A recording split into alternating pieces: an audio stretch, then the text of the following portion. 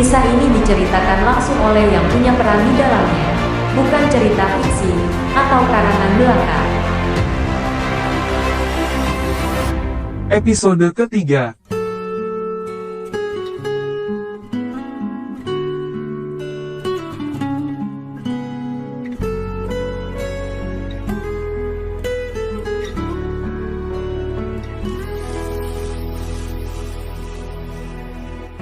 Cinta sejati itu seperti hantu. Banyak yang membicarakannya, tetapi hanya sedikit yang pernah melihatnya. Pikiran memiliki beribu mata, sedangkan hati hanya satu. Meskipun begitu, cahaya seluruh kehidupan akan mati saat rasa cinta telah membeku. Sama halnya dengan wanita itu. Meski sekarang sudah punya usaha sendiri, hati tetap terasa hampa. Dalam doanya, wanita itu selalu ingin dihadirkan seseorang pasangan yang benar-benar bisa menyayangi dan mencintainya dengan tulus. Namun setelah mengalami perceraian 2 kali, wanita itu ragu-ragu ketika ada yang menggodanya. Bahkan banyak yang menggodanya dihiraukan begitu saja. Cinta bukanlah bunga penghuni rumah kaca. Cinta adalah sebatang tumbuhan liar yang tersemikan oleh satu malam yang basah, binal, terlahirkan oleh detik-detik mentari yang menyinari, menggeliat dari biji liar yang tertiup angin sepanjang jalan oleh angin nakal. Sebuah tumbuhan liar yang jika kebetulan mekar di kebun, kita akan namakan bunga. Dan jika ia mekar di luarnya, kita namakan sebagai rumput liar. Tetapi bunga ataupun rumput, warna dan baunya tetaplah membekas. Alasan itulah yang membuat wanita itu tidak mudah digoda, dirayu hingga disajikan makanan dan minuman kesukaannya. Terlebih-lebih menghibur anaknya. Entah itu benar sifatnya atau sandiwara belaka ketika ada yang begitu perhatian kepada anaknya. Hanya Tuhan yang tahu. Semua bisa mendekati wanita itu, tapi belum ada yang bisa meluluhkan hatinya.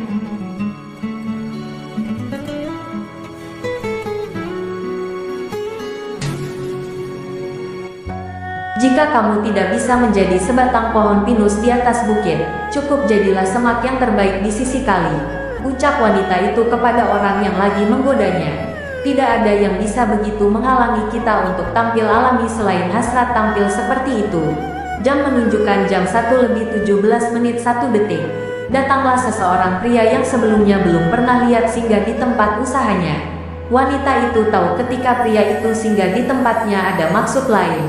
Pria itu bilang hanya sekedar ngopi sebentar sembari istirahat. Pria itu mencoba berinteraksi dengan wanita itu. Wanita itu menanggapinya dengan baik. Setelah berbincang-bincang dari Hindia sampai Atlantis hingga kutub ke kutub istilah katanya, rasa penasaran pria itu pun muncul melalui pertanyaan yang ditanya sama wanita itu. Wanita itu selalu menjawab dengan jawaban yang sama sebelumnya. Di tengah perbincangan, wanita itu mulai merasa ada yang beda. Ada kenyamanan ketika pria itu berbicara dan bercerita. Entah ceritanya hanya fiksi atau ada kebenarannya. Yang jelas wanita itu sedikit berbeda ketika menanggapi pria itu dibandingkan dengan yang sebelum-sebelumnya. Hari menjelang sore, senja pun tiba. Pria itu akhirnya pulang dan berkata, "Besok kalau ada waktu aku kesini lagi."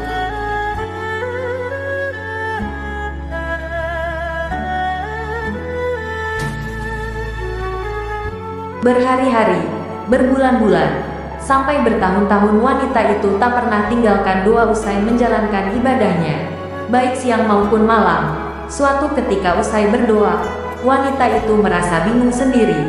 Pada saat memanjatkan doa, wanita itu selalu dibayang-bayangi suara pria yang kemarin.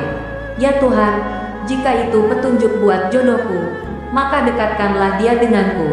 Tapi jika dia bukan jodohku, maka jauhilah dia denganku," ucap wanita itu ketika memanjatkan doa. Apa yang terjadi di keesokan harinya? Pagi-pagi usaha belum dibuka, pria itu sudah ada di luar. Wanita itu kaget dan terheran-heran. Apakah ini rencana Tuhan? Atau ini suatu kebetulan? Malamnya lagi wanita itu berdoa dengan kalimat yang sama. 3 hari berturut-turut selalu suara pria itu yang terdengar.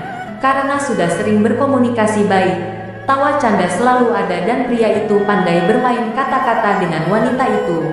Akhirnya ketika pria itu menawarkan untuk menjalin hubungan yang serius dengan hati berbunga-bunga, wanita itu menerimanya. Pesta perkawinan pun direncanakan. Orang pertama kali diminta restu wanita itu bukan orang tuanya, bukan saudara kandungnya, melainkan anaknya. Sekarang usia anak hampir 6 tahun. Anaknya itu seolah-olah tahu kalau ibunya itu sedang bahagia dengan pria itu. Akhirnya anak menyetujui ibunya menikah dengan pria itu. 1 minggu setelah menjadi suami istri, suaminya bercerita tentang usahanya yang belum menetap, sedangkan istrinya harus dinafkahi. Mendengar keluh kesah suaminya, wanita itu mau memberi modal pada suaminya sesuai apa yang diminta dan dijanjikan suaminya. Usaha suaminya pun berdiri. Istrinya kaget, kenapa usaha itu berdiri jauh sekali? Kenapa tidak di dekat-dekat sini? Tanya istri ke suami. Berbagai penjelasan dan alasan pun keluar. Satu hal kesalahan pada wanita itu, terlalu cepat memberi modal tanpa harus tahu duluan kejelasannya.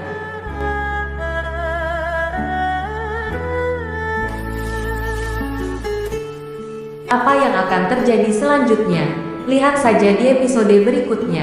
Terima kasih sudah mendengarkan cerita ini.